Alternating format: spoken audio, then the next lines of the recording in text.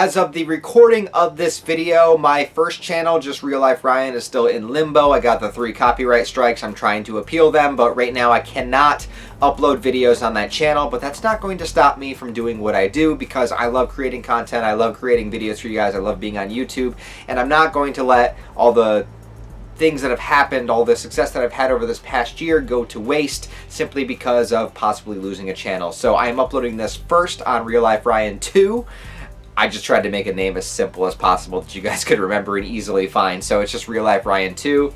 However, if the main channel manages to survive and I upload this on there and you're finding it there, then just ignore all of this. None of this matters to you if that's the case. But if you're watching this on Real Life Ryan 2, thank you for coming over to this channel. Thank you for having to subscribe twice to the same person. I know that's kind of annoying. I hate when other YouTubers do that and have 2 channels, but you know, this is the backup channel. This is the just in case channel. So thank you guys for subscribing to it, and we'll cross our fingers for the original one. But until then, we're here and content is going to continue as scheduled. So I just read the manga volume 2 of Devilman, and I really enjoyed it. I didn't enjoy it as much as the first one though, because I think the first one had just so much of an in-your-face factor to it. Just the fact that Akira was just this very wholesome, great, you know, nice guy, this like really obnoxiously nice guy. Like, you're way too freaking nice, but at the same time, you are the only one that are capable of containing the power of a demon within you, the power of a devil within you,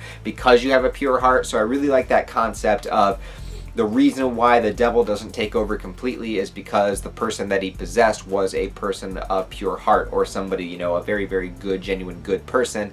So it's a devil with the mind and spirit of a human. So very cool concept for Devilman to begin with. It's what I did remember about the anime, and I also remember the things that happened in this volume. I remember the fight with the Siren and everything that happened from the original like 90s or 80s anime, whatever it was, the OVAs.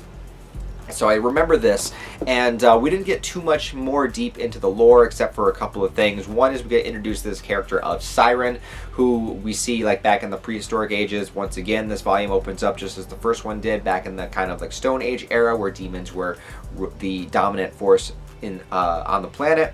And she sees the character of Amon, which is the demon that is inside of Akira right now, or the body that Akira now has. They merge together, so it's like it's a merger of the two. So, you know, it's kind of like it looks like Akira's body, but then it morphs into Amon's body, but it's Akira. But because the demon's inside of him, it has awakened more of kind of that dominance inside of Akira. He's not afraid to stand up for himself. He's not afraid to fight the bullies now. He kind of like wants a battle. He wants a fight.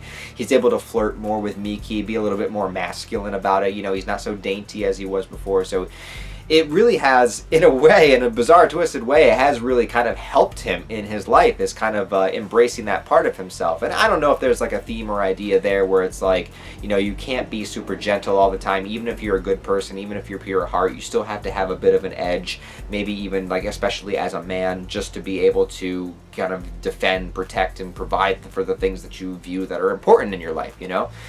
It's kind of why we have that drive to like, we want to fight, we want to cause some ruckus. It's like, why are boys like that? It's like, well, because it's there for a reason. It's there for survival, you know, protecting.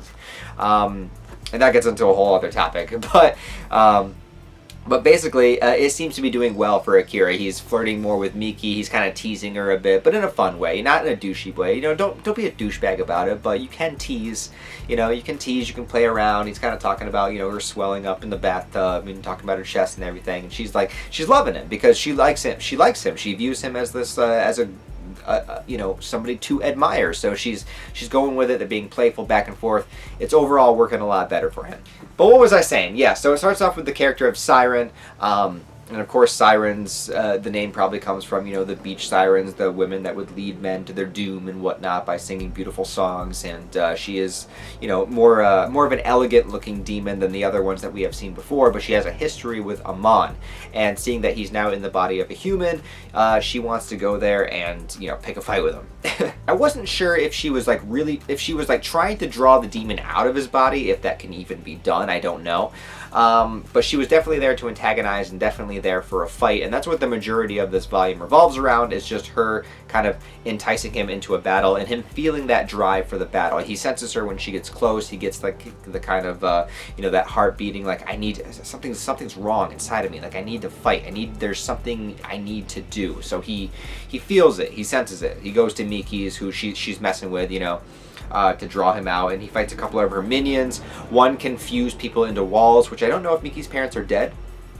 I don't know if they're dead. They were fused into the wall, so I'm assuming they are, but I don't really know. And then Miki herself was being kind of overtaken from the water spirit, the water demon thing. And I thought it was really funny that like Akira's out there and he's like fighting with his eyebrows. What a badass tactic. When you can't use your arms, you can't use your legs, use your eyebrows. It works. Also, I think Devilman might have some of the funniest out of context panels of like any manga that I've read, because like it immediately cuts to Ryo and he wakes up in the middle of his bed in the middle of the night, and he just goes, Akira. He senses something's wrong with him, and then he goes and pulls out his like sawed-off shotgun or whatever it is. I don't know what kind of gun he actually uses, but that's what it looks like to me. I just thought it was really funny that like he just wakes up, dead sprint out of bed, jumps, grabs his gun, and then goes to help Akira. And oddly enough, it does work, which is again really kind of funny out of context, because he's like, I know the way to help you, Akira. And then he stands on the edge of the cliff and he just fires a couple of bullets into the demon. So it's not some like ritual, it's not some sort of incantation, it's not sort of demonic thing. He's like, I know just how to help you, Akira. I'm just gonna blow some holes in this bitch. It's great, and it's great backup. Also, there is definitely something more going on with Ryo. He was in the same location where Akira got possessed, but we didn't see Ryo get possessed. But this idea that he's like sensing that Akira needed help. Also, when Akira was out of it, he reattached Akira's arm. He said that it went on by itself. That has something to do with Akira's demonic power. I'm sure that's the case, but Ryu probably had an idea that it either would work or maybe did something to help it work. I don't know. And then, yeah, like I said, the majority of this volume is pretty much just the battle between Devilman and Sirene. So at first he can't transform.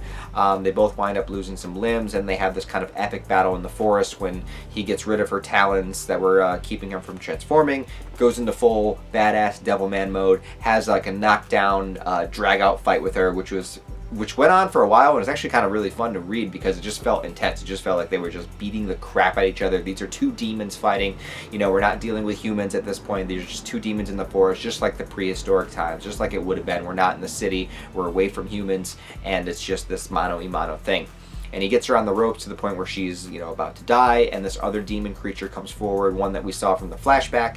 And it's like, it's good to know that even demons can simp, right? Because he's willing to fuse with her, but they don't know which one is going to be the dominant consciousness within the fusion, which I think adds a little bit more context to what happened to Akira and Amon, because they had their fusion and Akira was the dominant force. So even though it brought up that kind of like the more darker aspects of Akira is still the dominant force. In fact, there's even a scene in this volume where after he gets into his kind of like bloodlust fighting mode, he looks at Miki, who's passed out, and he's like, I really hope she didn't see that. Like, he doesn't want her to see that part of him. So it's still Akira through and through. He just has a little bit more edge to him, like I was saying before. And so as Sirene fuses with this creature that, I assume from reading it is that he really like loved her on that extra level. Sorry about the loud cars outside. They fuse, and it seems as though she still has the dominant personality, and thus they weren't able to survive because she was kind of critically wounded. So she winds up like freezing in place, which is really, really cool. And it was a cool little aspect because at first you didn't know if she didn't kill Devilman because she couldn't, or what happened. He's like, why didn't she finish me off? And it seems that she died like in the midst of it, and she had a smile on her face, and it was like, I think Ryo says something along the lines of the smile was for the idea of her imminent victory. She was coming in for the final kill and died before she could get there. But maybe it goes a little bit further than that, and maybe it was a smile due to the fact of they were two demons, really kind of living back in that world that they would have been in. Or at least this is maybe what I'm getting out of it. Maybe I'm reading a little too much into it. I don't know, but that's how it felt, because they wound up falling, like I said, in the forest, and they're both in their pure demon forms, and both Devilman volumes have started in the past in, you know, like this kind of more in the middle of the woods, this jungle, you know, away from, before humanity was a thing, when things were, where nature kind of took over. Well, no, before humanity took over, nature was just nature, you know. It was like the way it should be. It was natural, it was authentic.